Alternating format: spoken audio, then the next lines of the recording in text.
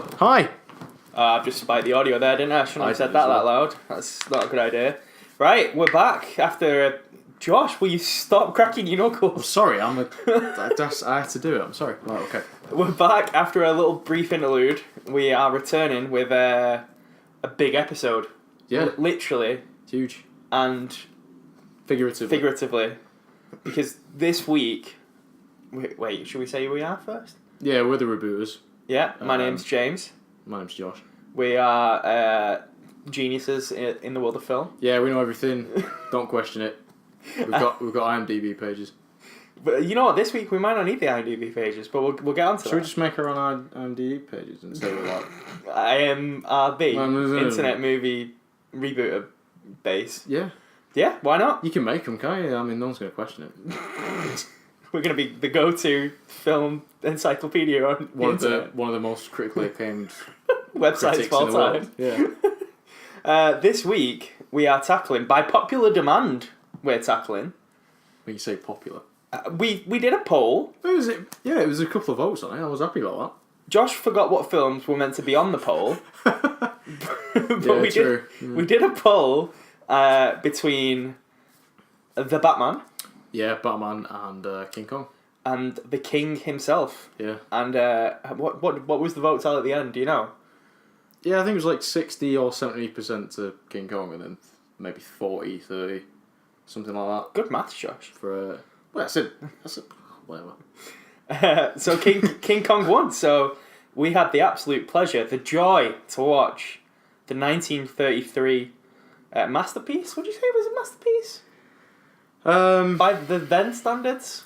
By then standards, yes. Okay. By rewatching standards this week, not so sure. No spoilers, Josh. Not so sure, but we'll continue. Go on. And the Peter Jackson directed 2005 blockbuster.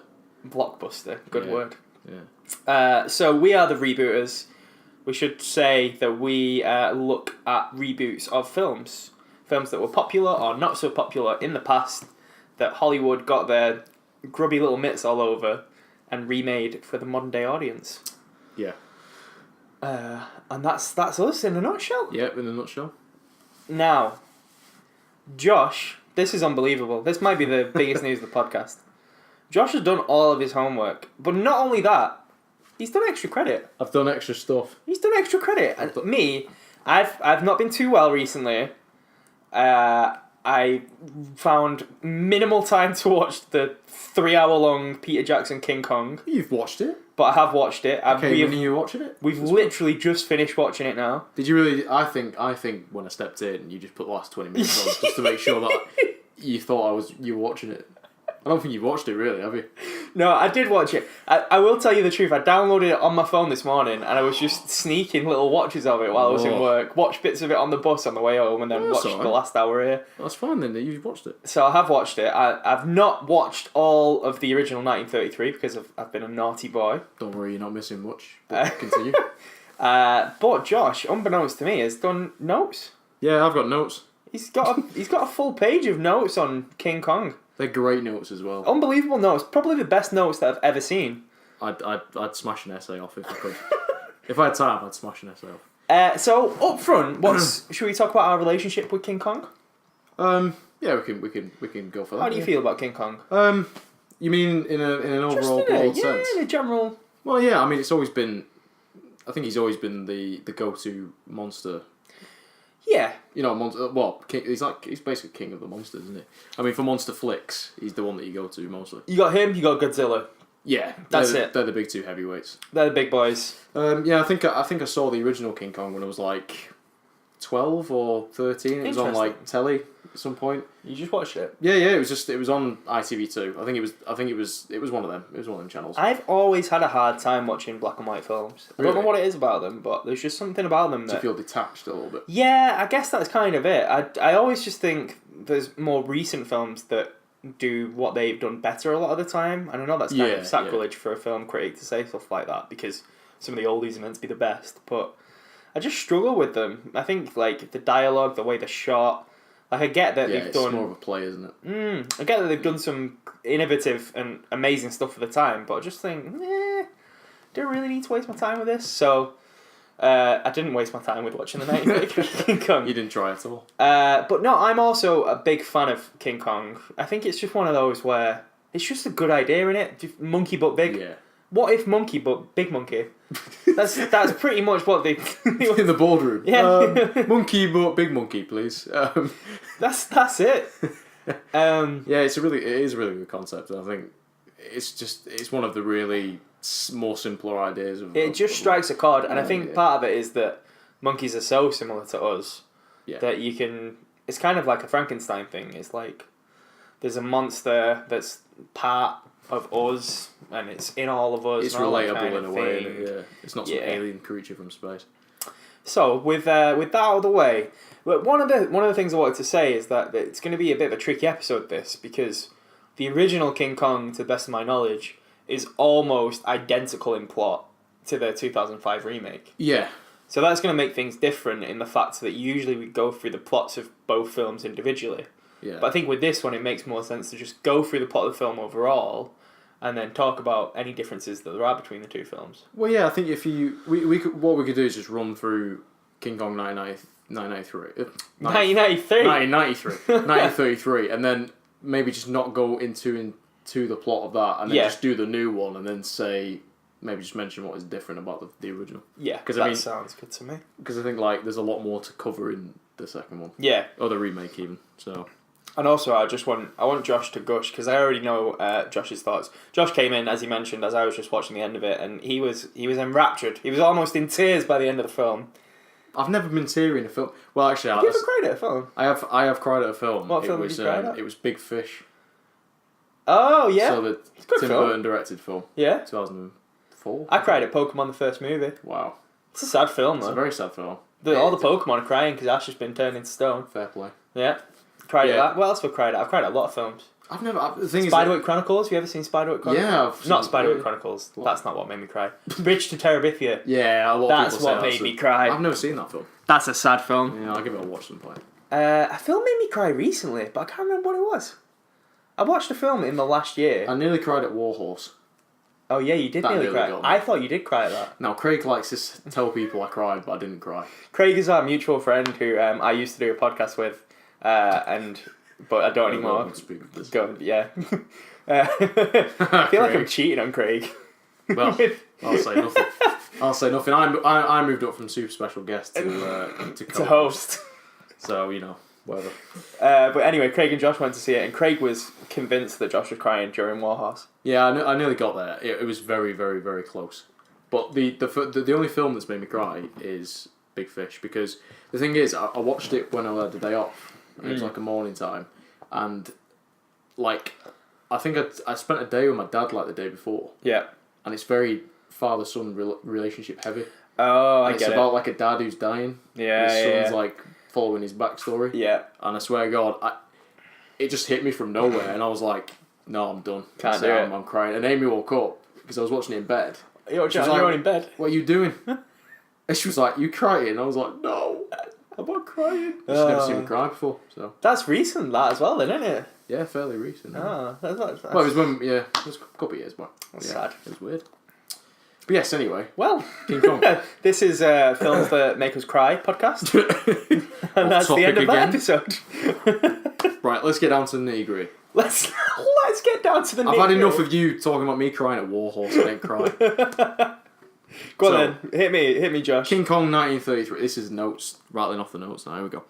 It's King Kong 1933, directed by Marion C. Cooper. Well, is it? Has Marion done anything else? Is Marion a man or a woman? Well, it says Marion C. Cooper, so I would imagine it's a man. Okay. And also Ernest B. Sack. Maybe you should have practiced pronouncing these names before. I thought about this when I wrote them down, but I didn't have time. But yeah, it's directed by those two. Oh yeah, they're both men. Funnily enough, they didn't actually get a directing credit when it was released. Interesting. I think there was a uncredited. Yeah, I think it was a fallout with the studio, so I don't think they got a credit. I think they released it as King Kong and then put the stars on it. So strange. Yeah, very strange. So yeah, both of them were uncredited for this film, which is that's absolutely bizarre. I'm just having a quick look to see if they've done anything else of note. I don't think so, really. What's his name? Ernest also directed Son of Kong. Right, that was the sequel that came out the same year or the year after. Yeah, it came out the same year, which I think is mental. He also directed The Monkey's Paw and They're obsessed. Mighty Joe Young. They're obsessed. They just love monkeys. They just absolutely love monkeys. I had no idea. That's got to be one that we add to the list. I had no idea Mighty Joe Young was a 1949 Is it? film. Yeah. Oh, right, there you go. There's another one for the list. Another one for the list. Just breaking new ground again, as always. So yeah, you are right. Two guys directed it, both of them with uncredited. That's a little fun fact for you. Yeah. And it stars Fay Wray and Darrow, Mm-hmm. Robert Armstrong, Carl Benham, and Bruce Cabot as John Driscoll. John Driscoll, not Jack Driscoll. No, not Jack Driscoll. That's one of the biggest changes. So One of the biggest changes. in the remake, so basically, yeah, John Driscoll is the first mate of the ship in the original, but obviously in the new version, he's Jack Driscoll, who's a famous playwright. Yeah. So they kind of shook it up there. Shook it up. Yeah. Well, I think the choice of that was because obviously Anne Darrow is an actress and she's going to be fond Yeah. of plays she reads, so I think that was kind of the link to get them sort of I get that. relationship kind of bloom. Because in the first one, it's kind of like, no, you know what, love, I actually like you. I don't know why he's Scottish. What an accent! I don't know why. No, I'm not doing that again. But he's like basically, yeah, he's like, I love you. I've never met you before. You need to do the accent. It's not believable unless you do it. I can't do it anymore. But I'm not doing it. I love you. I love you. But I've never seen you before, so And then so he just he falls in love with her. He's never met her. Okay. It's just on the ship, and he's like, you know what? I kind of love you. It's a very, very strange scene. We'll get into that though, because it's a very strange film. RKO Studios, the big studio at the time, so obviously big boys. Of course, it's them. Budget $670,000. That's a lot of money. What is? Do you know what that is adjusted for inflation, or is that adjusted for inflation? I don't have a clue what that would be adjusted. Tell you what, I'm gonna try and find out. You keep reeling off those facts, Joshy boy. Well, yeah, I've talked about the John Driscoll, Jack Driscoll situation. And I mean, there's not a lot of changes from the remake. I mean, the remake is roughly shot by shot. It's a shot by shot remake. Possibly just including a bit more different creature designs, stuff like that. So there's not that much to really say about it apart from special effects are kind of groundbreaking for the time. 12 million. 12 million. $12 million. No, that 670 grand in 1933 is now worth 12 million. That's quite a lot. That's a lot of money for start. Well, not for definitely start, back then. For a big film. Yeah, but to be fair, it was a huge film. It made a lot of money. Yeah. Do you know how much it made? I think it made over 5 million. I think for the time, so it made 5 times its budget back. Is that worldwide or is it just? I think that's worldwide. It must have been distributed worldwide. Sure. Yeah. I think it. The problem was at that time, these films would have been played for literally years because there just wasn't the depth of content that you get these days. So that's probably why it made so much money. But there were some good facts, Josh. So you watched the film. Yes. You went into it thinking that you were going to like it. Yeah, I thought it was one of those films where you have an idea. Like obviously you watch a film when you're younger and you remember it being amazing. Yeah. And you get back to it and it's a pile of garbage. And then I thought to myself like I'd come in and I'd be like, oh yeah, I watched it the other day. It was just like watching it back when I was a kid. It's just incredible. But it's not. It actually surprised me how bad it is. Because the main problem I have with it is obviously the special effects incredible. Yeah. For the time, which is it's absolutely incredible what they did. It started Ray Harryhausen's career off. I was gonna ask. So the stop motion is Ray Harryhausen. It's not him. It's not him. No. Okay. He watched it in the cinema and then was influenced to do it. So I looked that up because I thought it was him. A lot of people probably misconstrued it. Yeah, it's got a very similar style. One of the things that I noticed, am I right in thinking, did they use an actor as well for the close-up shots? I don't think so. I think it was just a close-up of... I think it might have been a mask. It could have been, That's what I mean. But I think it was animatronics. I think they made okay. I think they just made a bust and made it move. Because that's what I was trying to work out. Because while I was watching this film, there are wide shots of King Kong where it's quite clearly stop motion. Yeah, it's just but then it'll go into a really a close-up of its face, and when it gets that close, it looks like it could just be a person in a mask or a animatronic or whatever. I think it's just like a bust, and it's just animatronic. Yeah. And it's just got movable eyes. It's got a little cheeky face, though, hasn't it? Yeah, it's got a little cheeky face. It's got a cheeky little face. It's very strange. What was so strange about it? What were the things that drew you out of it and made you not enjoy it as much as you mean you mean the sort of what I didn't like the film? Yeah. Just the fact that it kind of it's not cohesive. It's like, you know, it has the famous line at the end. You know, it was beauty that killed the beast. 'Twas beauty that killed the beast. I don't know what that accent is. That's worse than mine, I think. But yeah, that is the line. But the thing is, the line in the original film makes no sense because King Kong is not explored as a character whatsoever. Okay. He's a brute. He sees a girl. He wants the girl. And he wants the girl, but he doesn't show himself as a sensitive, sort of loving, nurturing sort of character. He's just a sort of brute that will destroy everything because he wants one thing. He's like a child. Right. He's like a child who wants something and he's been told no. But he's not even told no by anyone. I don't get it. So it's just, there's no depth for it. The characters aren't explored in any way. They're very superficial. The dialogue's very tinny.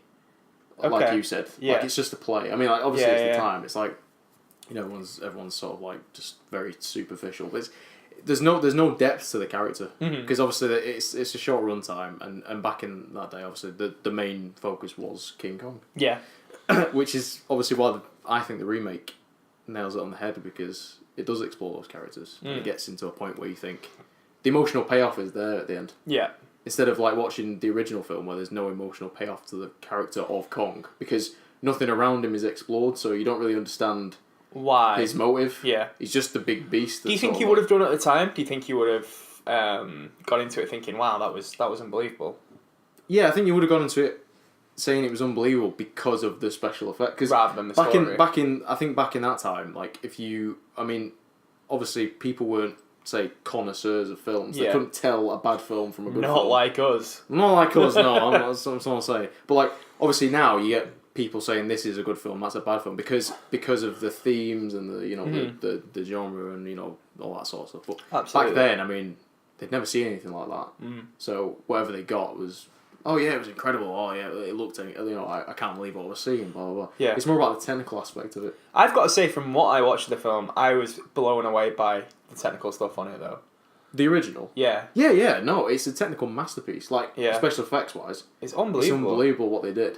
Because obviously you got maquettes, you got big projection screens with live actors in front of them. What was that first word you said? Projectors. No, but what was a maquette? Maquette. Yeah. Like a small, a small like model. Like it's a maquette, like a movable model. So they use like a mannequin kind of. Yeah. So the King Kong was a maquette that they moved into different positions and filmed. That's See, Josh knows all the fun film terms. I don't know any of this. We know the terms. Yeah, it was Peter Jackson actually owns the original maquette. Did you do film studies by any chance? I did, yes. Did you do film studies? I did do film studies, and people said it wasn't a proper subject. Look where you are now. And look where I am now. So thank you. But yeah, so they use maquettes and they use projection screens, which is really good because obviously, like stuff like that against live action, was never a big thing back then. They figured out how to do it. So yeah, I mean, on technical aspect, it works, but. What do you think of the acting? Dreadful. From everyone? Is there anyone that you thought was... Faye Ray does a pretty good job. I was going to say, I think she was alright. Yeah, she does a fair job. I mean, again, there's no work to be done, really. Yeah, it's just be scared of monkey. Yeah, exactly. I mean, there's a scene in the original film where they're on the ship and he's saying to Anne, like, oh, react like this. I'll tell you what to do. You just react like this. And I can imagine that is exactly what was going on behind the camera. Do that, you've seen a big monkey. Yeah, you've seen a big monkey. He's sort of like cranking it. What's funny is Josh is actually he's doing all the actions, even though this is clearly an audio only experience. Well, it gets me in the mood. It gets me saying what I want to say. Josh was just sat there cranking a camera. Cranking a camera. Like this. Yeah, but anyway, you can imagine that it's quite. There was no sort of like. I mean, they just came in and did a job at the end of the day. I mean, they're not like Peter Jackson, who's an absolute craft master. Big PJ. You know what I mean? Yeah. Big up to the PJ if you're listening. But yeah, so I didn't rate it. Okay. But I mean, plot aside. Yeah. Yeah, we can. The technical aspect was. You happy with that? Yes. Okay. Shall we move on? Yeah, but I do want to say that the characters did not care about anything that went on in the film. Okay. We will say that. Josh wrote one note in particular that I don't know if I'm going to have to bleep it out. You could bleep it out. Take a note of the time code. Okay, got the time code. Josh, say your last note. So I put no one gives a fuck about what went on. Because they don't. Because everything that happens in the film, no one cares. No one cares. They do all these things, and in the remake, obviously, everyone's sort of like, they look back on what's happened, and they choose to be, you know, when Carol Denham actually brings King Kong into New York, they don't want to have anything to do with it because they feel like dirtied almost by the fact that they brought him back and he's away from it. Like they actually feel some remorse about it. But in that one, they're just like, oh yeah, we'll turn up, we'll take some photos, we did the good thing, blah blah blah blah. It's like, okay. To be fair, I have got some questions while we're going through the plot of the 2005 King Kong. I've got some questions that I want to ask about how the original does certain things. Yeah, we'll do it that way. And so then, we can explore. Yeah, because I've seen it, so yeah, I did my homework. So oh, sorry, Josh. I'm with you. Throw me under the bus. So, yeah. Right, Josh. I know you want to talk about it. Well, I don't. Well, yeah. That's what I mean. That's not what I meant. But before we get started on King Kong, what I want to ask you about is Peter Jackson. Yeah. Lovely Peter. You are one of the biggest Peter Jackson fans I know. Am I? Yeah. Really? 100%. I think a lot of people are fans, mate. Are you not a big fan? I'm not a big fan. You're not a big fan? And Josh, you know this. I'm going to have to tell this story again, and I think I've already told this story on the podcast. Have you? I don't like Lord of the Rings. You know I don't like Lord of the Rings. He's looking at me like a mental. Sorry? But I've told Josh this story. You've never told me this. I absolutely have told you this story before. Right, okay, say it again, I'll probably remember it. Okay. This is disgusting, though. So, the story behind my dislike of Lord of the Rings is that everyone had told me how good Lord of the Rings was. Aww. I was very excited to watch Lord of the Rings. Right, okay. My dad is also a very big fan of Lord of the Rings. Yes. I watched Lord of the Rings around about 10 or 11 years ago. And it was during an outbreak of swine flu. Right, okay. My dad contracted swine flu. Really? Yeah. And I... You've never told me this before. I, by association, had swine flu with inverted commas, which just meant I got a day off school, and I did feel a bit sick. But I don't know if it was swine flu. I mean, the thing is about swine flu, it was going around. Yeah, it was going around. I felt a bit sick, so I was like, look, I'm going to stay off school today. Me and my dad went and watched Lord of the Rings. Right, okay. At the cinema? No, this wasn't at the cinema. It was at home. Oh, just you put it on. It's on DVD. Right. Now, unbeknownst to me, the version of Lord of the Rings we watched was the extended cut of Lord of the Rings. Yes. Which meant that 12-year-old me, who was feeling sick, fair play, watched through 2.5 hours of film where, let's be honest, not all that much happens. Which one? The first one? The first film. Yeah. Got through 2.5 hours of it, and then the screen shut up, please insert disc 2. And I was like, you've got to be kidding me. Yeah, when is this film going to end? So I put in disc 2. We sit there. We slog through it. My dad throws up a couple of times while we're watching it. And I'm just like, when is this nightmare going to end? So that's why, you know what? I've never watched the other two. You've never told Never me. Watched the other two? I've never heard that story, and it is great. There you go. I can just imagine, that's like... story. I can just imagine just certain bits of the film's like... So that's why I'm not the world's biggest Lord of the Rings fan. I'm sure it's got tons of amazing qualities. And the weird thing is, I do enjoy Peter Jackson's like horror stuff. Yeah. Big fan of that, because I'm a big horror fan. Yeah, yeah. Love watching horror films. I think The Frighteners is great. Yeah. He does some really interesting things. But Lord of the Rings, I will admit, I watched Fellowship of the Ring while I was on a plane recently, last year. Okay. And I got really into it. Yeah. I got really into it. I was with my girlfriend, humble brag. We were sat on the plane. I was getting my girlfriend in my arms and I'm watching Lord of the Rings. We were sat on the plane, we were watching it, and my girlfriend A, hates films, and B, thinks she hates Lord of the Rings, but she was watching it over my shoulder while I had the headphones in, and then she just took a headphone out of my ear and started watching it with me, and we really enjoyed it, but the flight wasn't long enough. Right. Well, yeah, it's never long enough for Lord of the Rings. It's never long enough. So we are going to put some time in the diary and go through the whole thing. Good. I think if you revisit again and forget about that whole debacle, then you'll probably enjoy it. But I know what you mean. Like sometimes films are bigged up and you watch them and they're not that great. Yeah. Well, I think it's because of the hype. They are great, but it's just because of the hype you don't enjoy. And then the thing is, like, obviously, the third Lord of the Rings film won more Oscars than is sensible for a film to win. Yes. It was ridiculous. Yeah, so, for that fact alone, I feel like I have to watch it just so I can keep my title of being, obviously, the world's biggest film critic. Yeah, well, if you enjoy really long, dragged out films, then the third one's gonna be great because it's got 5 endings. You're not selling it to me, Josh. Well, no, nothing will ever prepare you for 5 endings. That's the thing. The 5 endings is synonymous with Lord of the Rings. I thought the Battle of the Five Armies was a different film, Josh. No. Let's not talk about The Hobbit. I'm not getting into it. You know, I hate it. Please. Right. Anyway. No, but we need to go back to Peter Jackson. Yes, Peter Jackson. Yeah, I do love Peter Jackson. Now, have you Brain seen... Dead is a great film. Brain Dead is a good film. Have you seen The Lovely Bones?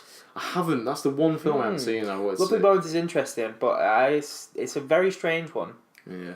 I will admit that I am a huge fan of Tintin, which I know he produced with Steven Spielberg, but he's going to direct the next Tintin. He is, yeah. So there were some bits of this film actually that I was watching, and I thought looked very similar to Tintin. Weirdly enough. Yeah, it's because of the setting, the time. Yeah, that sort of thing. Sort of the steamboats and the trains and all that kind of thing. I keep getting distracted because there are bats outside the window flying about.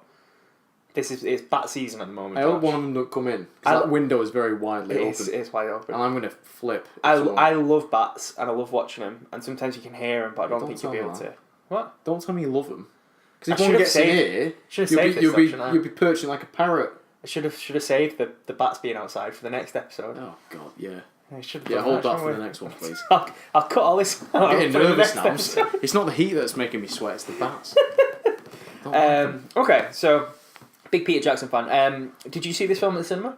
I did. I saw this film at the cinema too. Yeah. I didn't see it at the IMAX, which I'm quite good about. No, I didn't. It was on at the IMAX at the time. Maybe I did see it at the IMAX. I don't remember. I know that I saw Polar Express at the IMAX. Wow. It's a good film. Yeah, it's debatable. Hopefully it'll be remade one day so we can talk about it. Well. So we would have been about 12, 11, 12? Yeah, 12. Yeah, about that. Now this, if we thought Lord of the Rings was a long film, this is a long film. It's a long film. And you've got it right there. It's 3 hours and 7 minutes. 39 seconds. Yeah, it's about 3 hours. It's about 3 hours long. And that's a long film for a 12-year-old to sit through at the cinema. So how did you feel about that film when you saw it at the cinema? Well, the thing is, that actual runtime is the extended cut. So it's actually 2.5 hours, this theatrical. Is it theatrical? Theatrical, yeah. Yeah. So, it was just like watching any other film. I think I'd seen a good 2.5 hour film before. Okay. Yeah. By that point, I absolutely love film, so... Interesting. Wasn't a bother for me. And were you a big fan of this film when it came out? Yeah. Well, I mean, when you like a film and you get sucked in and you don't care about the runtime. Yeah. Because that is the same runtime as most films today. Yeah. And if you get sucked into a film, you sit at the end, you're like, oh, is that it? Yeah. Like, oh it's gone then. So, when did we last record an episode, Josh? I've seen a few films since then. Have we talked about Infinity War? No. What do you think about Infinity War? Just talking about long films. You can't bring that up now. We're talking about King Kong. You can bring it up if you want to. It's great. I liked it. It's amazing. I liked it more than I thought I was going to like it going in. I was. Did you not have expectations? Nah, I had quite low expectations. I'm getting a little bit of Marvel fatigue, I think. I'm getting to the end of it. I'm not. So I just went in going... I'm not. But I understand what you mean.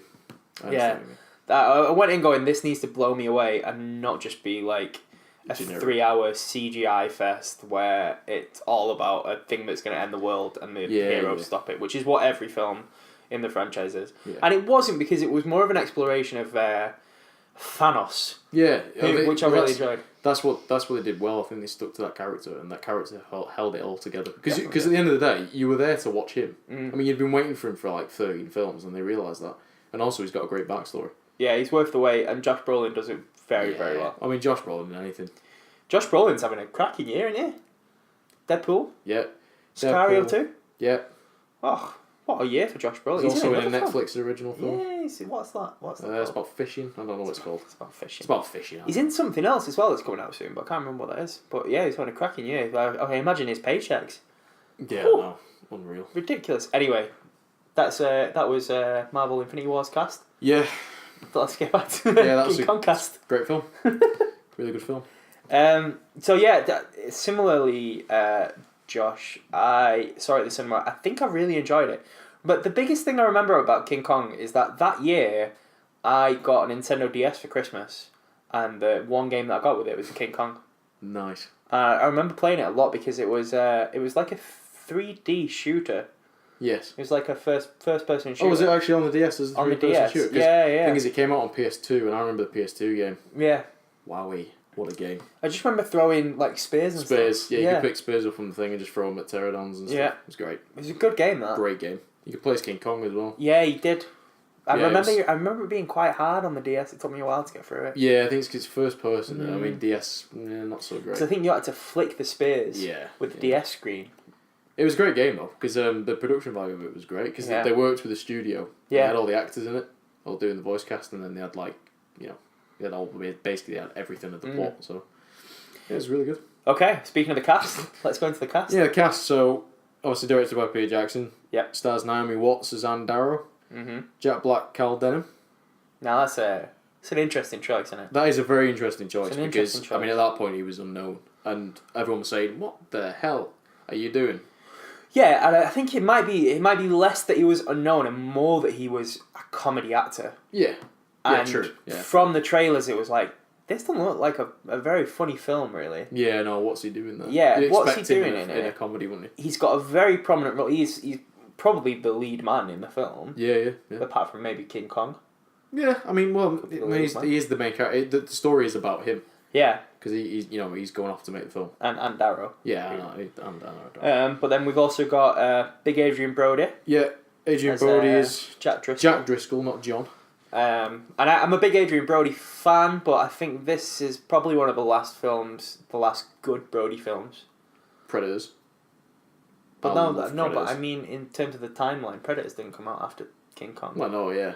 But I'm saying. Oh, you mean like straight after? Yeah, this is probably the end of Adrian Brody being like a big name, good actor. Yeah, fair. Kind of went off the rails a bit after that. So. Yeah, he did. Oh, okay, yeah, he did a little bit. But yeah, he's okay. Colin Hanks plays Jack Black's assistant. Yeah, it's a nice little tidy role.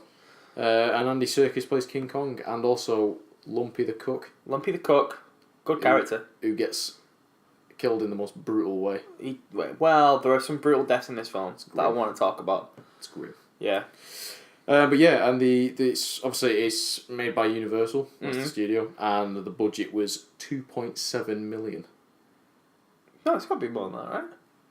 It could be billion. It's not billion. Oh, I doubt it's billion. Is it 27 million? I doubt it.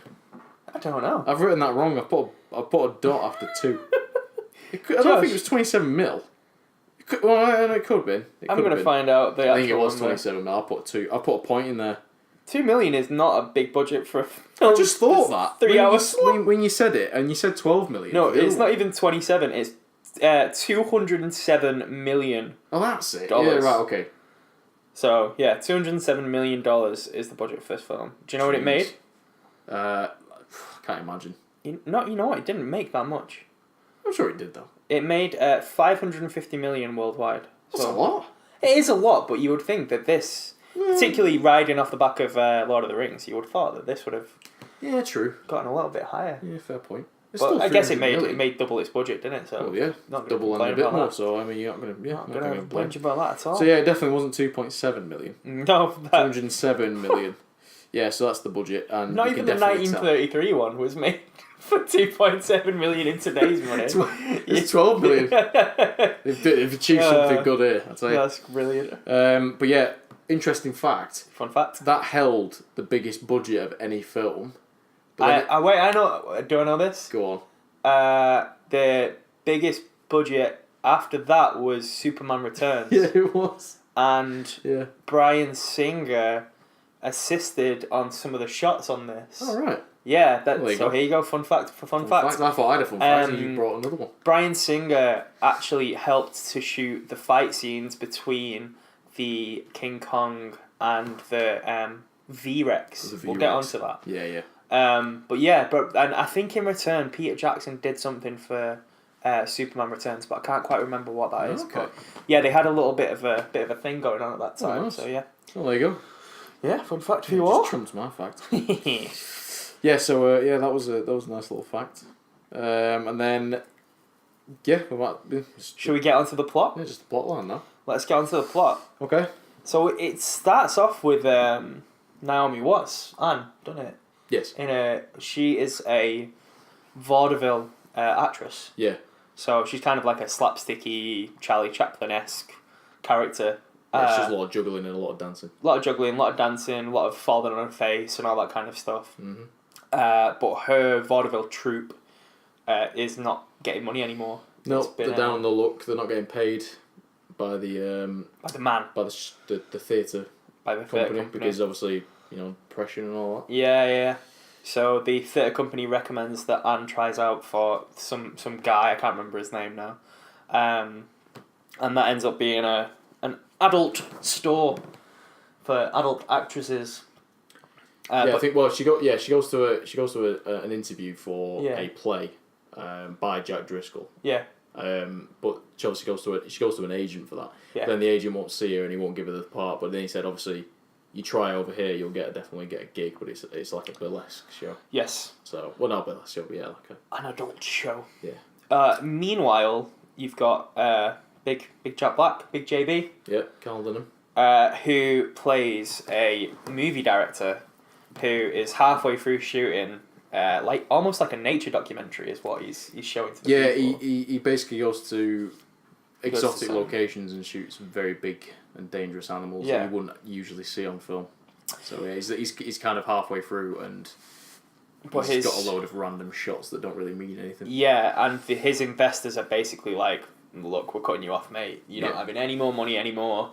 Doesn't matter what you say to us, you're done. You're done in this town. Yep. So in return, Jack Black's like, look, guys, I've come in possession of a map. Never explained really where he gets that map from.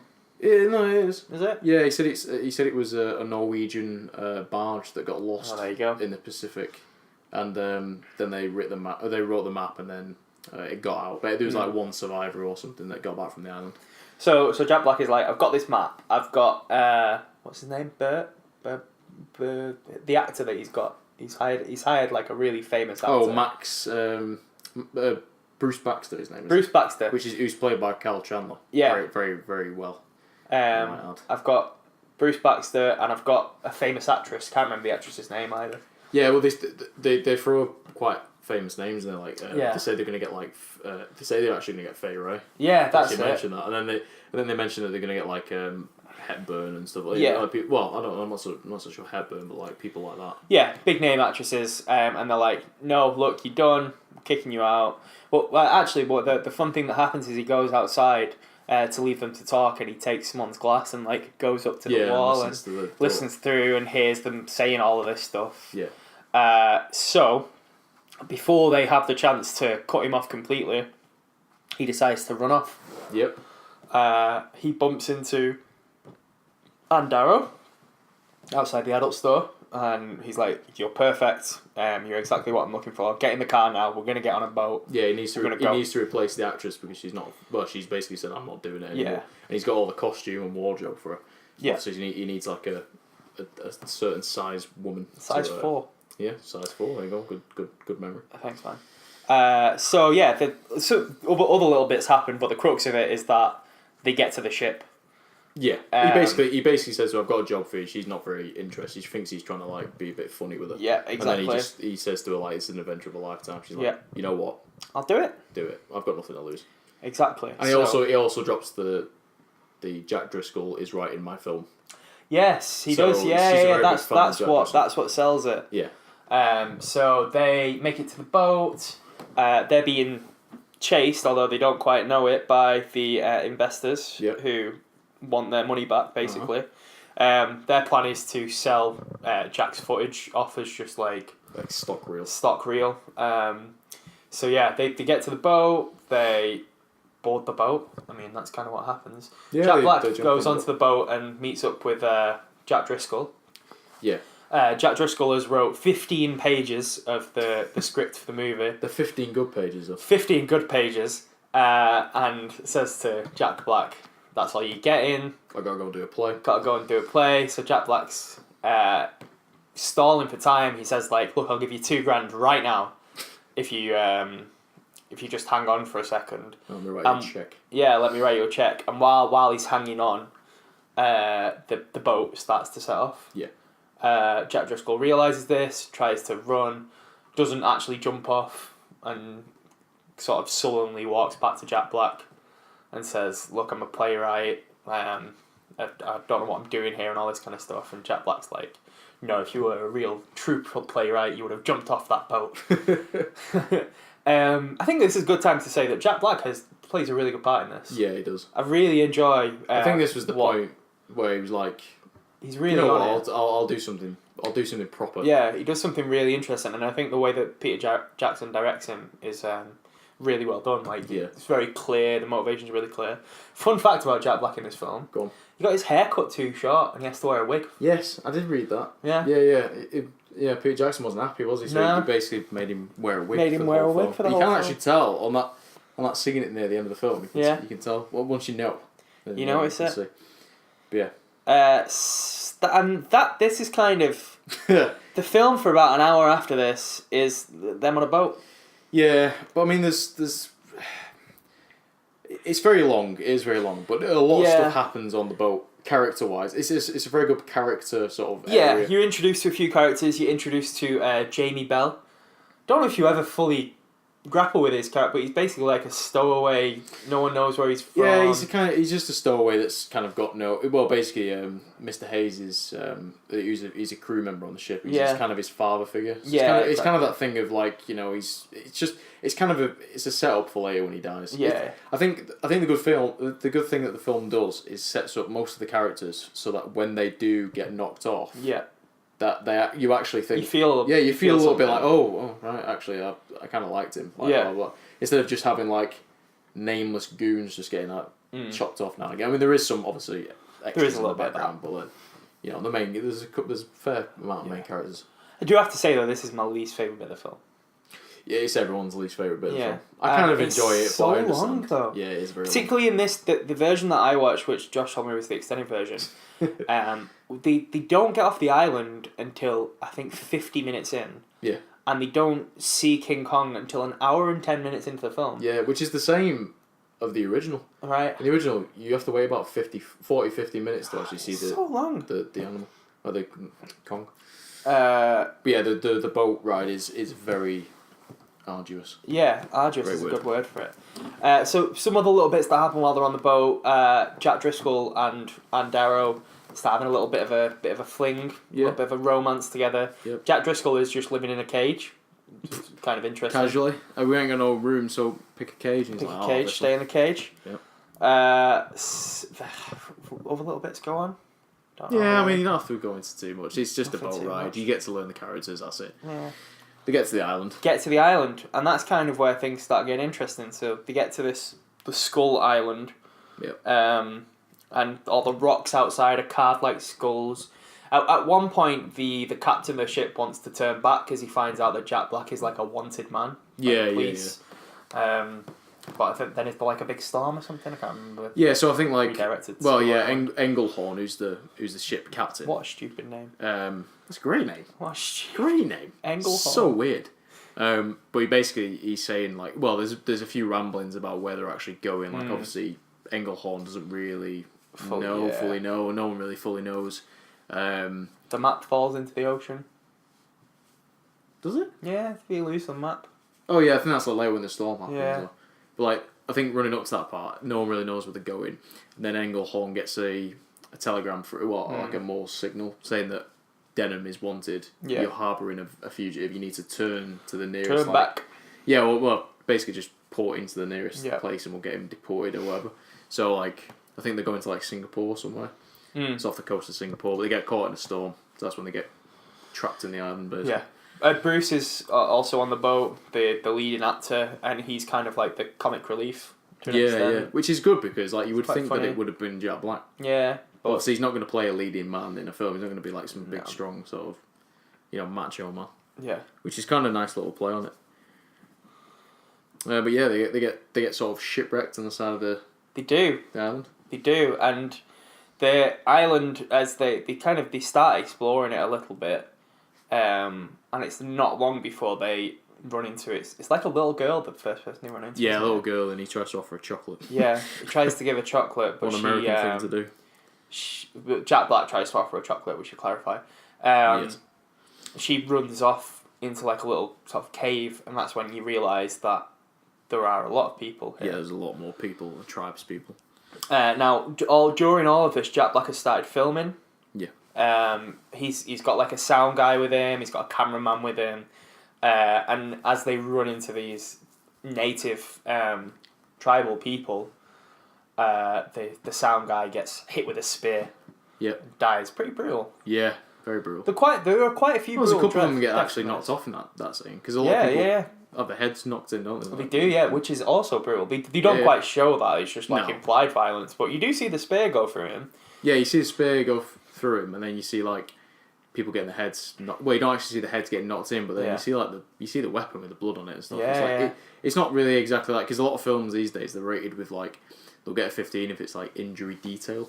This is just a 12, isn't it? Yeah, but that's what I mean. You don't really see the actual injuries. You see, you see the spear in him. You don't see it going through him. Yeah, that's true. You see it in him, and then like I think injury detail is where you get like really good like close, like not good, but like close ups of like really gory stuff. But, like, yeah, it's quite brutal for a 12.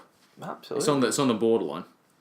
So how does that work? This whole scene in the original, do people get killed or is in the original, it's a bit different because, like I said, the character dynamics are different. So you got Carl Denham. He's actually the cameraman, right? And he doesn't actually trust cameramen in the original because he says they always like basically screw up his films. Basically. Yeah.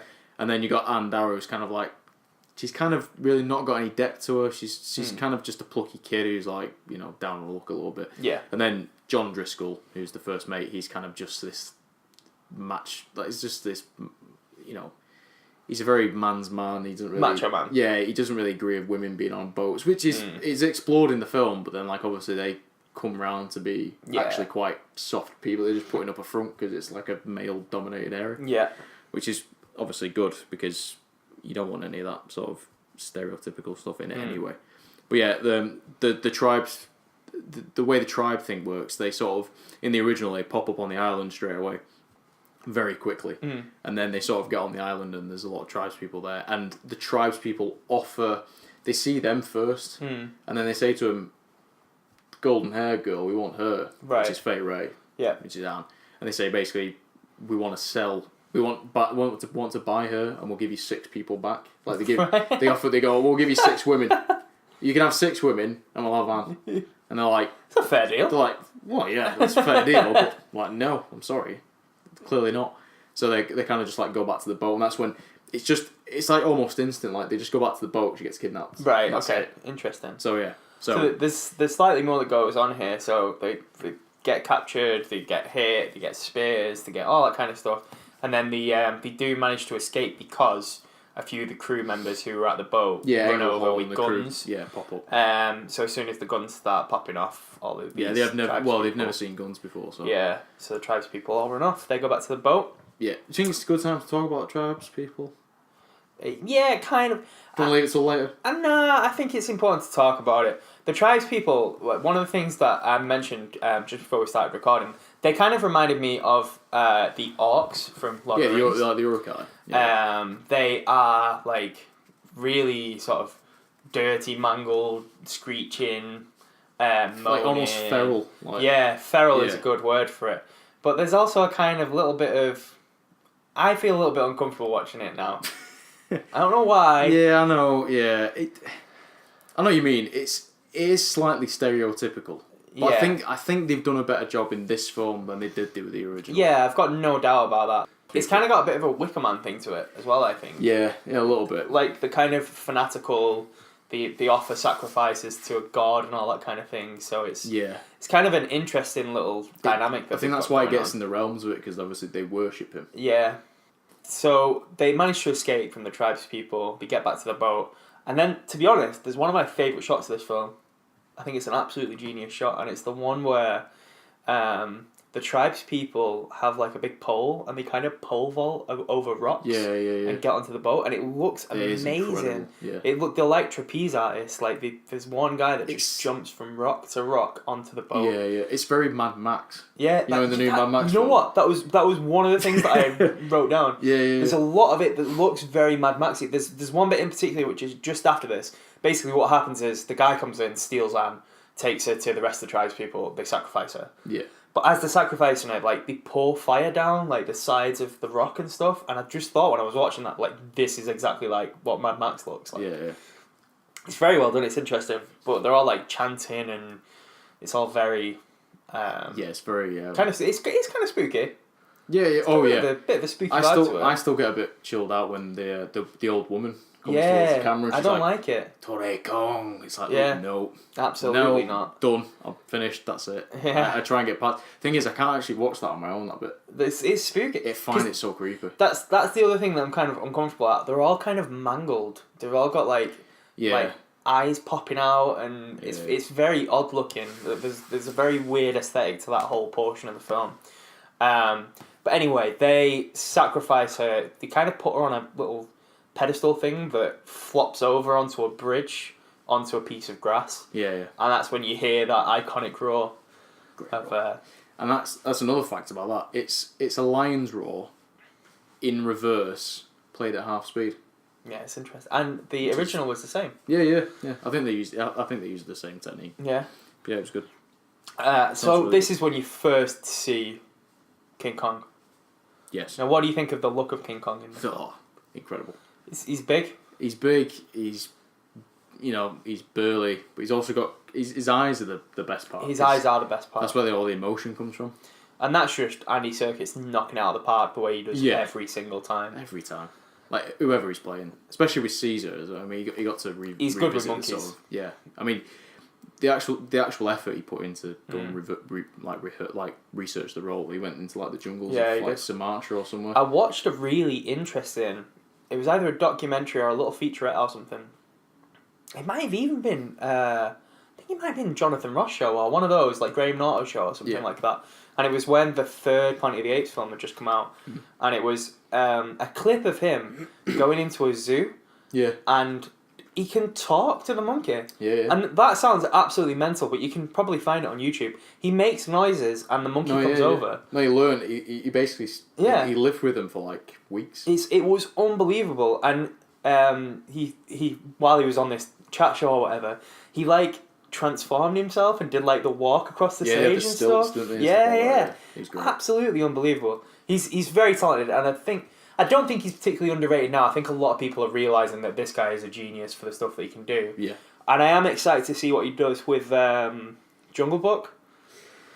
Yeah. It's interesting. I saw the trailer. I wasn't really a big fan of it. I don't think the trailer looks all that good. Whereas I thought the trailer for the Jungle Book, the last one that came out, did look good. And I saw that and I actually really enjoyed that film. Yeah. I don't know if you've seen it. Yeah, no, I loved it. I thought it was a brilliant film. And there's just something about this one that doesn't quite gel with me. I don't know if it's the animation, which I thought would have been the strongest part of Circus one, doesn't look as good. No, it looks wrong, doesn't it? Yeah, there's something off about it. Maybe it's because it came out early-ish and... Yeah, it might just be because of the trailer. Like, I'll reserve judgment because I'm interested in it, and I kind of think that this one's got a bit of a stronger cast.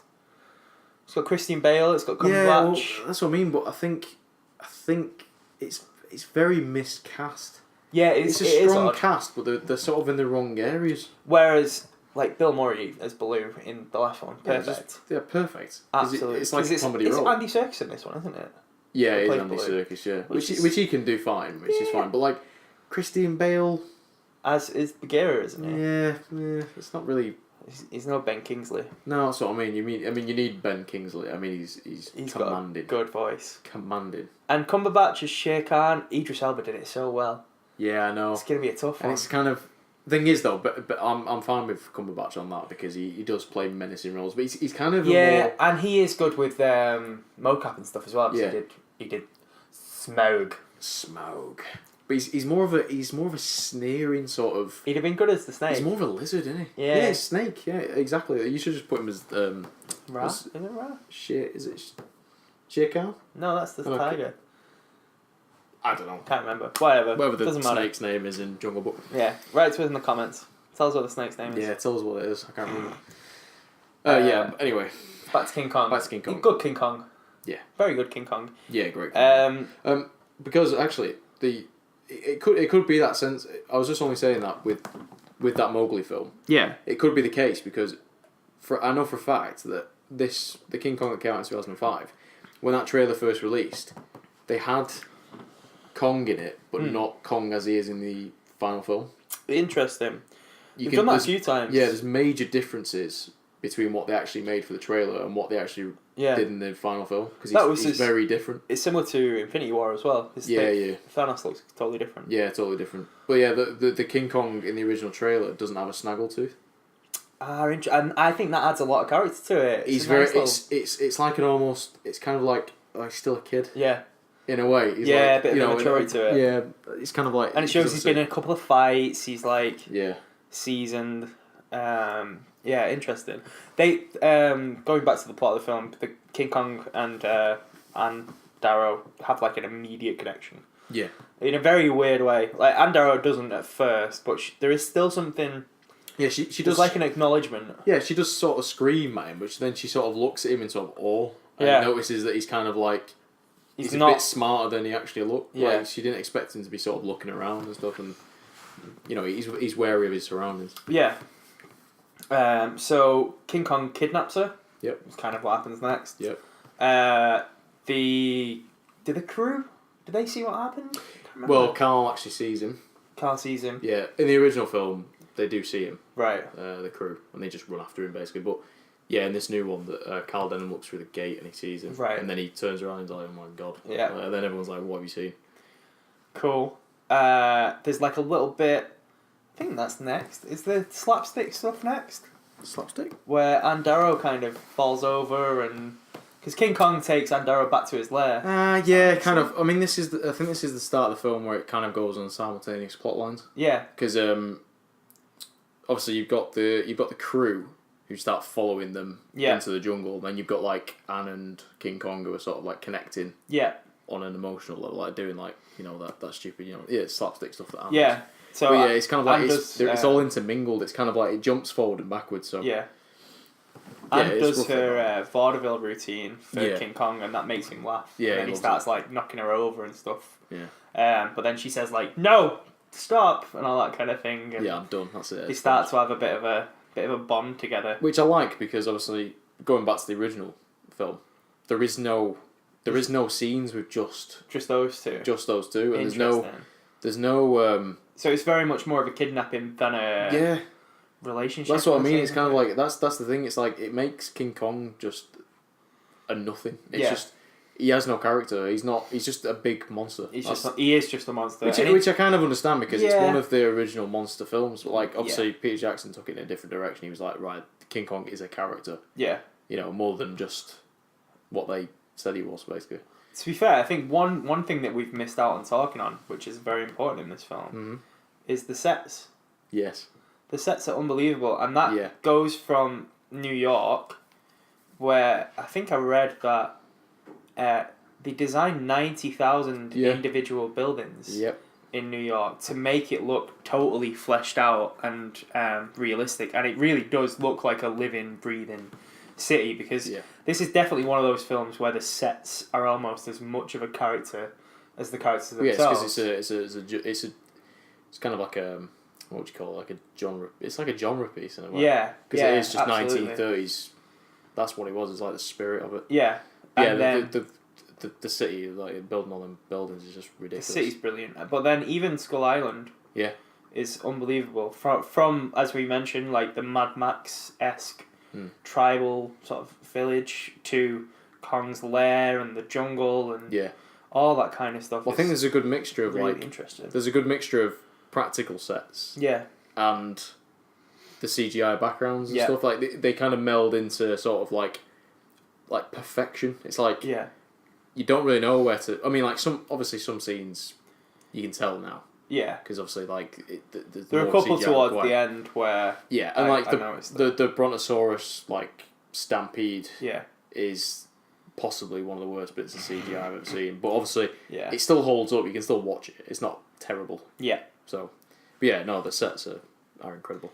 So the two simultaneous plot lines here are basically Andaro and King Kong become friends. Yeah. And the crew try and form a rescue mission to get Andaro back. Yes. Because they're about to set off, and then Jack realizes that she's been kidnapped by the tribes people. And that sort of spurs on a whole rescue attempt. Yeah. But he sees it more of a game to make his film. That's the thing. Yeah, Jack Black definitely does. He doesn't really care about saving her. He just wants to make the film. He wants to make the film. Yeah. Yeah, and in fact, even while they're performing the rescue mission, he's always got his camera rolling. Yeah. Yeah. So you do kind of see that, and that's kind of why I like Jack Black's character, because it's kind of the villain of the whole film is Jack Black. It's exploitation. Yeah, it absolutely is. Of literally everyone and everything. Yeah. Doesn't matter what it is, whether it's an actor or a giant monkey. Like he's the embodiment of corporations. Yeah, but which is kind of odd because he is against corporations to an extent as well. He moves away from them. He doesn't actually, no. Well, you say that, but at the end of the film, like they welcome him back with open arms. Yeah. He's like, yeah, that's very true. He should hate these people because they turned their back on him, but he kind of just like as soon as he sees the fame and glory, he's like, oh yeah, cool, that's fine, take me in. Yeah, he just wants that. That's the thing. Yeah, but yeah. So I can't remember the exact. This bit of the film is very hazy for me. I can't quite remember the exact order, but the one bit that I really wanted to talk about is they run into some dinosaurs. Yes. This island has got dinosaurs on it. Yes, it has. It's got really cool looking dinosaurs. It's got some stupid looking dinosaurs. It's got really stupid looking dinosaurs. And Darrow runs into two. They look kind of like Komodo dragons. That's the best way I can describe it. Yeah, I remember. Yeah, I remember. They've got like two Komodo dragon things. One starts chasing her, so she backs into like a cave. Yeah, this is where she's escaped Kong. Yeah, like she's got away from him. Yeah, for a bit. She gets away from Kong. Yeah, because he's asleep. Exactly. He's not. He knows where she is. And she backs into a cave, and there are like these giant earwig things that crawl down. Oh. And this is such like it's a horrifying scene. There's like this gross looking earwig that inches its way down. It's giant, and it like sticks out. Sticks out a tendril into her mouth. And she's just like screaming silently, and then one wraps around her like back. And in the background, you can see that one of these Komodo dragon things has been like lifted up. And the expectation is it's going to be Kong. But then it's the V-Rex. V-Rex, yeah. Now, it looks like a T-Rex, but it's got 3 fingers. Yes. Yeah, it's like a nod. It's a nod to the original film. Yeah. Those ones had them. Yeah. But yeah, they look incredible. They do look very cool. And this starts... I can't remember how Kong comes to it, but it starts a really good fight scene. Yeah. It's one of the best fight scenes ever. Yeah, and it's might be the best scene of the film. Yeah, I think it is the best scene. Yeah, it is the best scene of the film because it's just the brutality of it. Like especially at the end when it breaks his. Now that was one of the things I wanted to mention because one of the scenes that I watched of the original was that scene. Yeah. And the way that King Kong kills the V-Rex in the original film is identical to the way that they do it in this film. Yeah. And I thought that was unbelievable. Basically, what happens is the King Kong and the V-Rex are grappling with each other. And King Kong is trying to get it into almost like a headlock. Yeah. He's grabbing hold of the top and bottom jaw and trying to like pull it basically. And then he manages to like wrestle it to the ground, rips open the top of its jaw, and then like pushes it down into its skull. Yeah, so he pulls the top half right and then pushes the bottom half down to the left. And the sound that it makes. Yeah, it's horrific. Oh, it's awful. Yeah. And in the original you can see like blood dripping down the dinosaur. Yeah, the original. I was a bit surprised about like kind of graphic. Because it's done like the actions are almost exactly the same. Yeah. So it's really really interesting the way that those two parallels kind of happen. Yeah. But obviously this enamors onto King Kong in a way because King Kong has effectively saved her from these monsters. Yeah. But the way that happens in the original, I don't really think if I remember it rightly, I don't think she's around at that point. Right, okay. I think... Oh, she's in a tree. She's in a tree. And I think he just fights it because it's there. Right. There's no real indication. Like it's not a defending. Yeah, like in this new one, in the remake. In this new one. In this new film that's come out. In the remake version, like, there's a scene where they're facing off with each other, which is a absolutely beautiful shot. But, like, he literally is, like, looking at her, like, come over here. Yeah. And then she just, like, comes over and he sort of puts his hand around her. Yeah. And then, like, shields her away and then starts running at it. So it's kind of like, it's a nice little touch, but, like, yeah, you don't get that in the original. But the way that's shot, like, that's probably one of the things that I enjoy about Peter Jackson's directing style the most, so the way that he gets that fluidity in the shots. Yeah, and he shows you, like, in a way that's coherent. Yeah, like, exactly. Obviously, I mean, next week we're going to speak about Batman, and there is a little few gripes I have about Batman Begins with fight scenes. Ooh, interesting. Yeah, well, mainly to do with fight scenes. Okay, we'll get into it next week, but yeah, that's, like, Peter Jackson knows how to shoot fight scenes. But yeah. It could be Bryan Singer. It could have been Bryan Singer. Yeah, it could have been Bryan Singer. It very well could have been. But yeah, again, I mean, with regardless with Lord of the Rings, like Two Towers, Helm's Deep, didn't need any help. Didn't need any help. Did it all on his own, like a big boy. I can't wait till you actually watch that, because you haven't seen Helm's Deep. I've not seen Helm's Deep. Incredible. Okay. Yeah. I'm excited for it. So, from there... Yeah. With the rescue mission happens, basically. Yeah, so... Yeah, Kong gets Anne back. Yeah, Kong gets Anne back, they go... and back to the lair. They go back to the lair, they have a little sleep. Yeah, but I think by this point, the crew have been through a Brontosaurus stampede. Yes, that's right. And then they get trapped with... in this version, was the water creature? Were they on boats going across a river? I don't remember that, but it very well... It might have happened, but it might not be the extended version. Yeah. In the extended version, they come up against, like, a creature in the water, because in the original they do. Okay. There's a Brontosaurus under the water that kind of attacks them. I remember the Brontosaurus bit, but I don't quite remember the. No, they go over in, like, boats trying to get across the river, and there's, like, a massive underwater creature that, like, destroys half the crew. Oh, but it's it's a really good scene in the remake. Yeah, but I don't know if it's on this version. I don't remember it, so possibly not. Oh, it might not be the extended version, then. But yeah, it's a great scene. But then they've been through that, and then I think that's the point where. Yeah, that's the point where they get they get cornered by Kong. Yeah, I was gonna say, because there is a part where we are doing such a bad job. No, sorry. No, we've got it fine. It's just that before he has the fight with the V-Rexes. Yeah.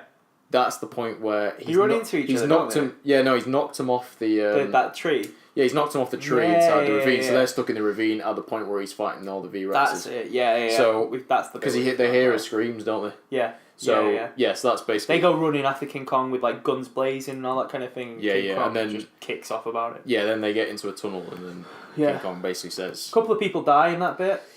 A couple, yeah, a lot of people die. So they get knocked down a ravine from a tree trunk. Yeah. And then obviously they hit the bottom, and there's just this is one of the scenes that Peter Jackson had to do because he read about the original, and there was supposed to be that scene in the original where the spiders come out and eat them. Mm.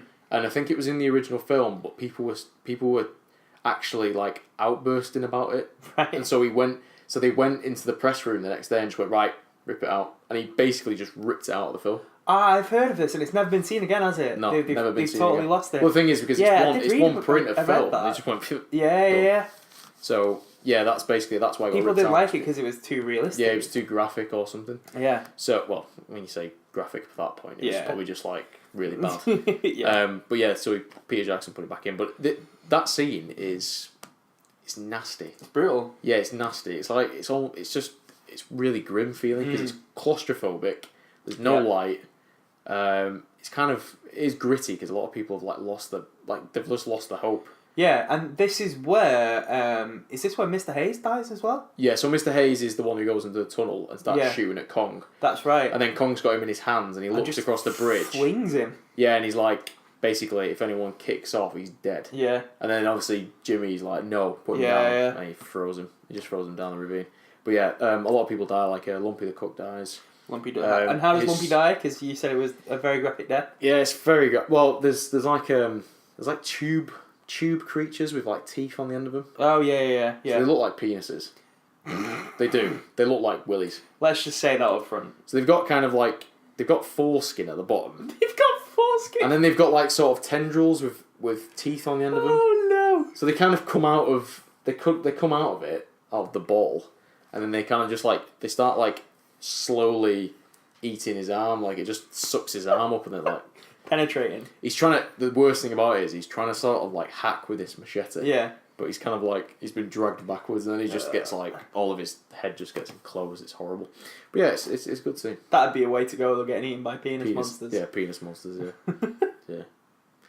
So yeah, a lot of people die in that scene from penises and whatnot. Distracted us a little bit there. And then they get rescued by Bruce Baxter and the crew. And the crew. And that is the point where Jack then climbs up the other side of the ravine. Yes. And then he goes off to save Anne. Doesn't he drop his camera at some point as well? Yeah, that's the bit where they fall off. That's where the camera breaks. And at that point, Carl Denham just loses his cool. And he just basically just hammers everything.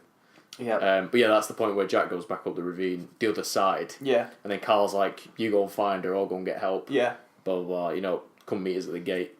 So then that is the point where we get to Kong, Anne, and Jack in the cave. Yeah.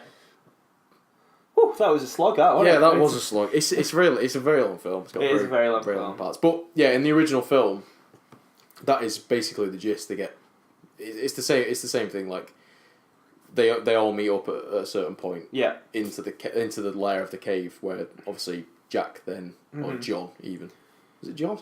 Yeah, John Driscoll. Yeah. Yeah, he basically saves her the Jack same. Driscoll in this one. John Yeah, Driscoll he saves the same way in the original. Right. He basically just gets her and slides down the side of the cliff. Yeah, they're both asleep and she wakes up and then they start getting attacked by like bat creatures. Yeah, it's the pterodons. Pterodactyls. Yeah. And then Kong starts fighting them.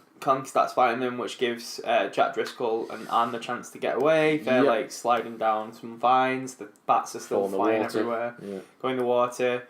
And then they get back to the bridge, which takes them back to the tribal village. One question, I might have missed this while I was watching it. What happens to the tribespeople? Are they just still about, or does that ever get? Yeah, they sort of hide. They just I think they're just hiding because they know for a fact King Kong that they've gone through the gate and they're going to follow him back. Yeah, and then he's not going to be happy anymore. Basically, they knew that if they worshipped him and saw him as a god and respected his space, that he'd keep leaving him alone. Yeah, and obviously sacrificing people up to him. Yeah, I think because the thing is, like, Kong does eat people. But I struggle to understand this because there is one bit where he picks up one of Jack Black's crew and like bites into him, but it doesn't seem like he eats him. He just kind of throws him away. Yeah, he kind of just like he kind of like just warns him. He's like, so I couldn't tell whether he actually like ate people or whether it was just like a bit of a. Well, I think he does eat people. Only for the fact is that obviously they offer up people to him. Yeah. And he takes them back to the lair. But I think that's where he gets. I feel like he might just play with them. Yeah, I think he might. Yeah, I think he might do. Yeah. Yeah, that's possibly one thing. He probably just plays them until they die. Mm. But yeah, again, Anne's the only person who's actually. Yeah, that he's stood up to him. Do you think he loves Anne, King Kong? Yeah, of course he does. Do you think he loves her? Yeah, of course he does. What do you think she feels about him? Loves him. Well, eventually. I don't think she loves him though. Anyway, we'll get on to that at the end. I don't know. No. We'll talk about that later. Yeah, we'll get on to that anyway. What? I don't know. Is it the look I gave you then? Yeah, it was Josh gave me the most disgusted look. Yeah, we'll get on to it. I don't know how you could say that. That's just... Yeah. That's why we debate. So Adrian Brody and Naomi Watts are running across the bridge. Yeah. The gate is still like closed. Carl is behind it saying, wait, don't open the gate yet. Wait, until King Kong bursts through the trees. And then he's like, okay, now open. Yes. And, which, again happens in the original. Yeah. But he's in the original, he's not sort of looking for Anne, he's just sort of like... He wants King Kong. Well, yeah, no, I mean, like, King Kong's actually not looking for Anne. Oh, right. I mean, he kind of is, but in the original, they've just depicted him as some kind of, like, frenzied monster. So, in this one, he's actually looking for her. And this is where King Kong, he's not happy with Adrian Brody. No. He's well angry with him. No, Vendetta's been grudged. Well and truly. So, they run across the bridge, they get through the gate, King Kong gets through the gate, and that's when they start trying to capture it, basically. Yeah, they start trying to put like hooks down on him and stuff. Yeah, and they've got like rocks that they throw down, gas throw canisters and chloroform at him. Yeah, chloroform. And they do get him down to. They get like a big net on him, basically. Yep. But then I can't remember what happened. It's something to do with something that Naomi Watts does, and Adrian Brody, and then they just start. He like goes into a frenzy, King Kong, and rips open like his net and throws boulders and all that kind of thing. Yeah, basically he's just like, because he sees that she's been shipped off onto the ship. Yeah. Well, she's on the boat going towards the ship, and he's not having any of it. Absolutely not having it. So they're all on like little boats trying to get out of the island. King Kong struggles with the water a bit, from what I can remember. Yeah. And that's when Jack Black like takes the opportunity to like throw the chloroform right at his face. Yeah. King Kong gets like a harpoon in his leg. Yeah, that's when he goes down, and Yeah. that's when he throws the chloroform in his face. Yeah. And then they capture him.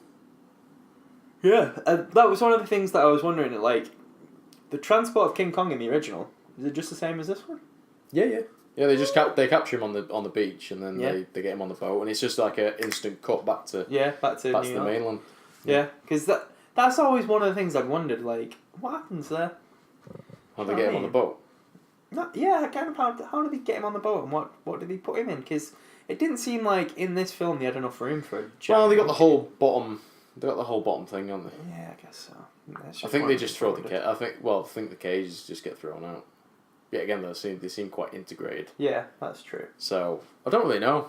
I think there's a big area in the middle of it where we're not thinking about it too much. So we're like 2 hours into the film now, pretty much, are we? Yes.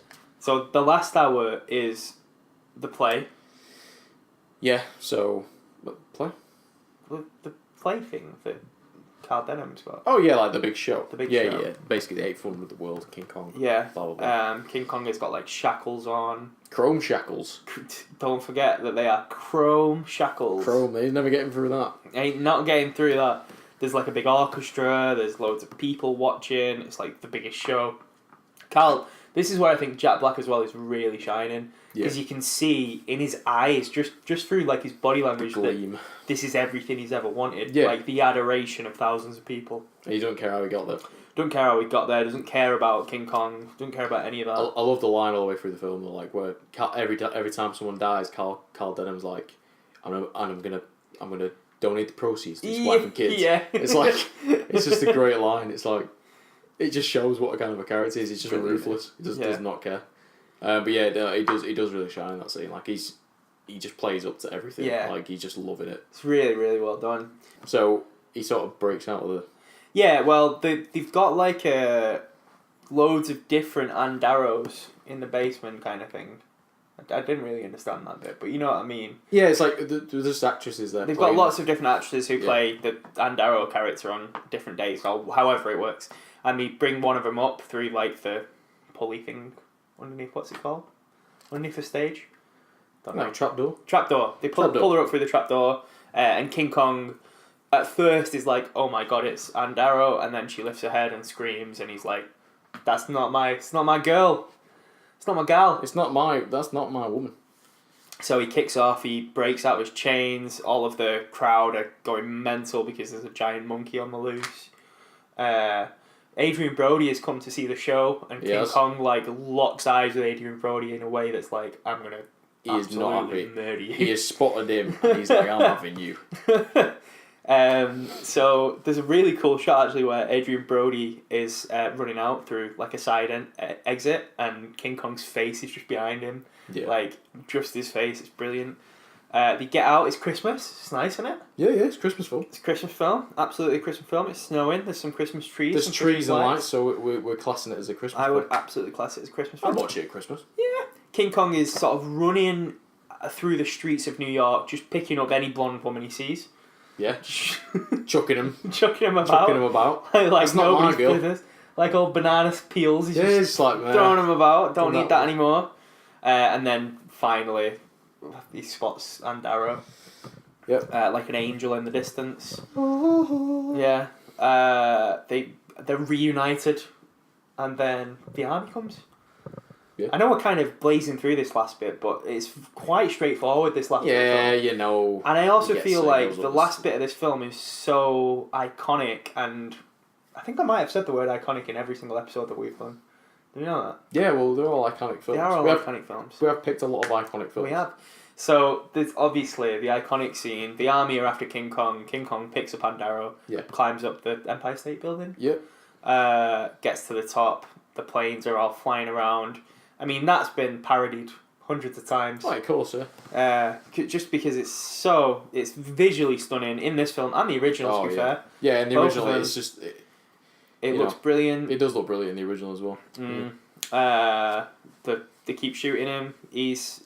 Andaro gets like hit off and he's like dangling from a ladder. That was one bit where I thought CGI's a bit rough there. When she's like dangling and the city's beneath her and stuff, I was a bit like, a little bit feeling about that. Yeah. King Kong saves her and. But again, it's just another nice little. Yeah, it just affirms the whole character of King Kong being actually like not sympathetic, but nurturing, caring. He actually does, care about things. Like he does care about her. This is where I'll go back to I don't think that she loves him. Okay. I think she loves him in the sense that she understands his innocence. That's how I feel about it. Yeah, no, I mean, you're basically saying she's not like... She's not like in love with him. There's nothing weird going on. No. There's no weird stuff going on. It's just but she has a bond with him. Yeah, she's in love with his sort of like, his innocence, yeah. It's his personality sort of thing. Yeah. She gets him. Yeah, exactly. So I was worried you were a bit of a furry or something, Josh, and I don't want to have that talk right now. No, I was never saying that. That'd be completely that would not work. It would not work. Slightest. She'd be a corpse. Well, yeah. If you no, I didn't mean that.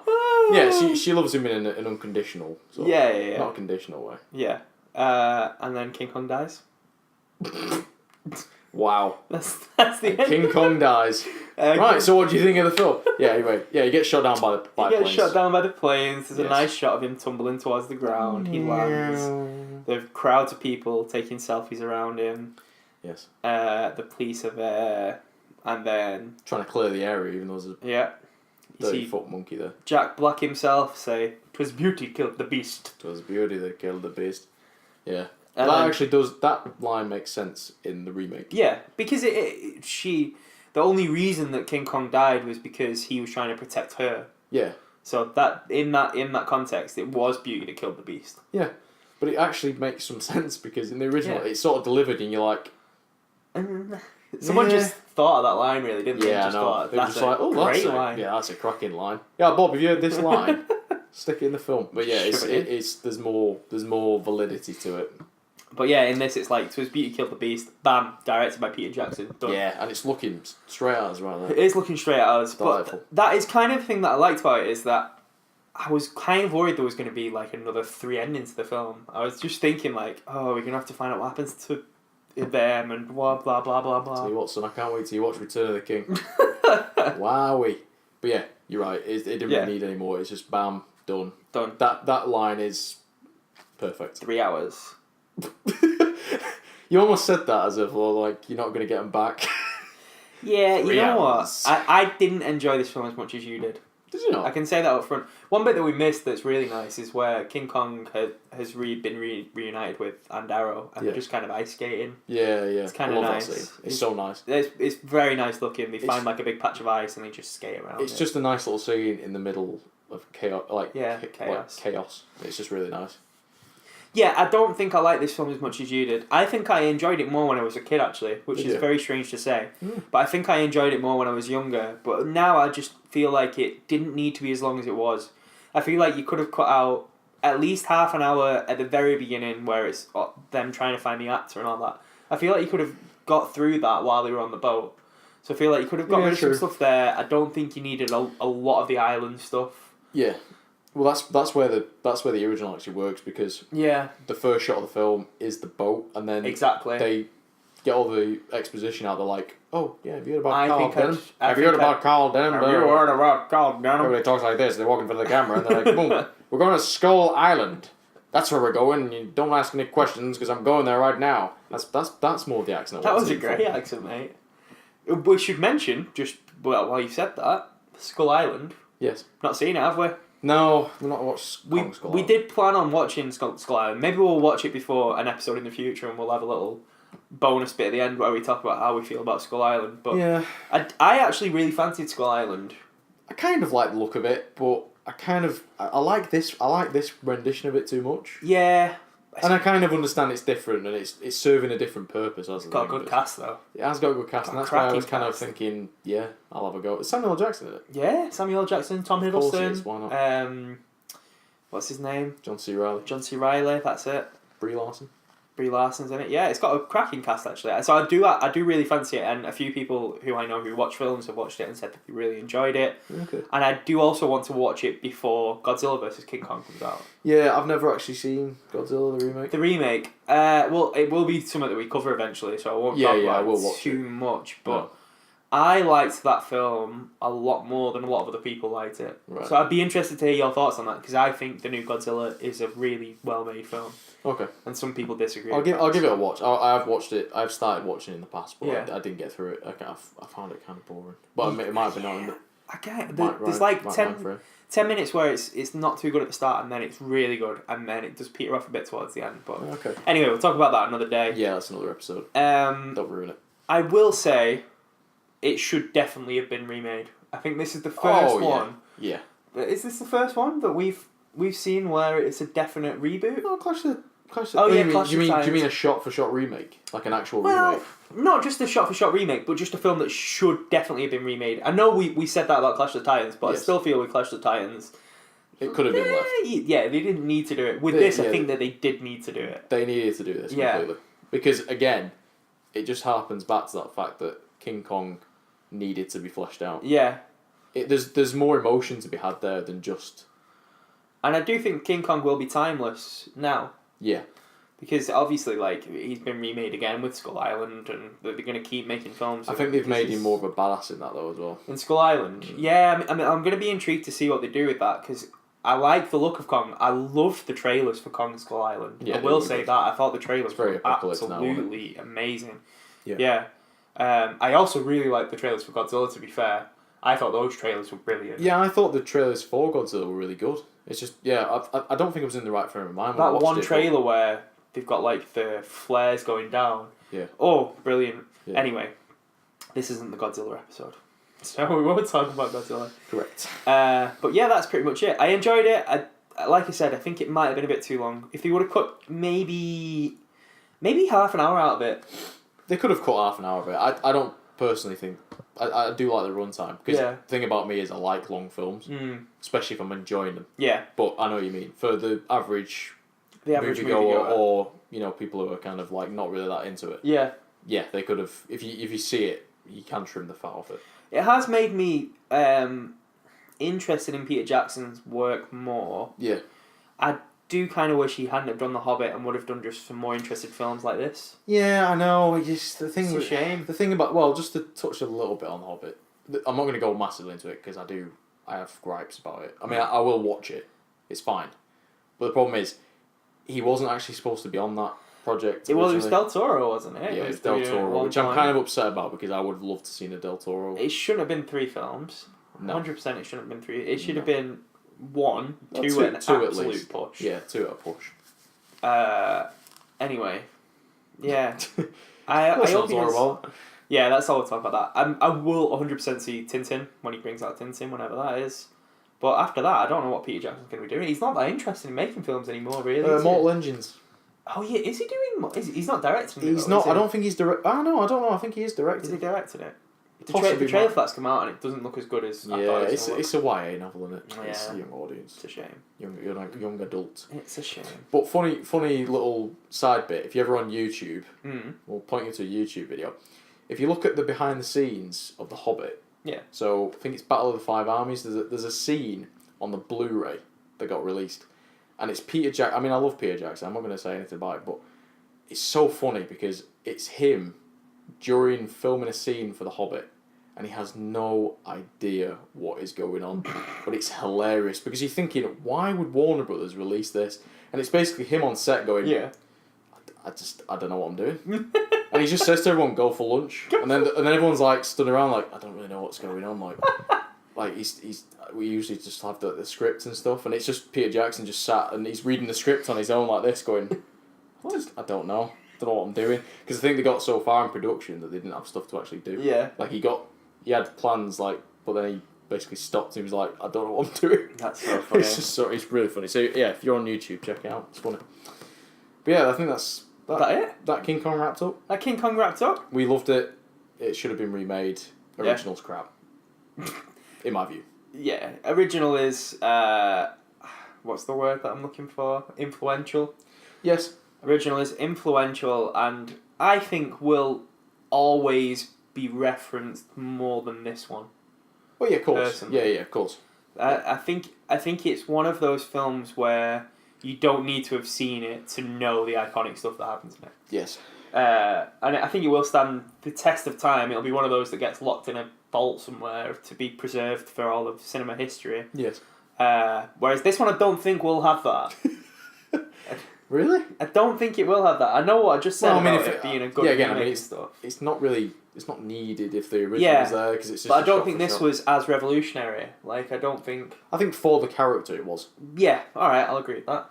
But not for. Yeah, I know what you mean. Not for filmmaking. No. But yeah, for the character, I agree. For the character. But yeah, no, I did. Yeah, was that? I think that's it. What are we doing next week? So we're doing Batman next week. We're doing Batman. We're going to do our other poll. So really, shouldn't have done a poll, really, should we? Not want any point in doing a poll if we're going to do both of them one after the other. No, true that, actually. It's a fair point, to be honest with you. It is a fair point. So, yeah, we're going to do Batman.